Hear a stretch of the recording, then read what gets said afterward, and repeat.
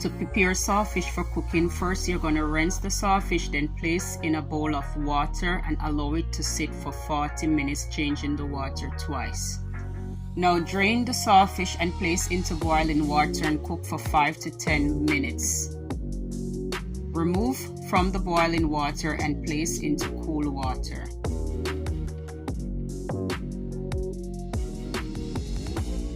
Go ahead and remove the scales, the unwanted bones and fins from the sawfish. You can skip the boiling process and go ahead and soak the sawfish for a couple hours, changing the water often. Break up the sawfish into your desired size. So you can break it up into small pieces, or you can break it into larger pieces depending on what your recipe calls for. Give it a final rinse and drain. Now your sawfish is ready.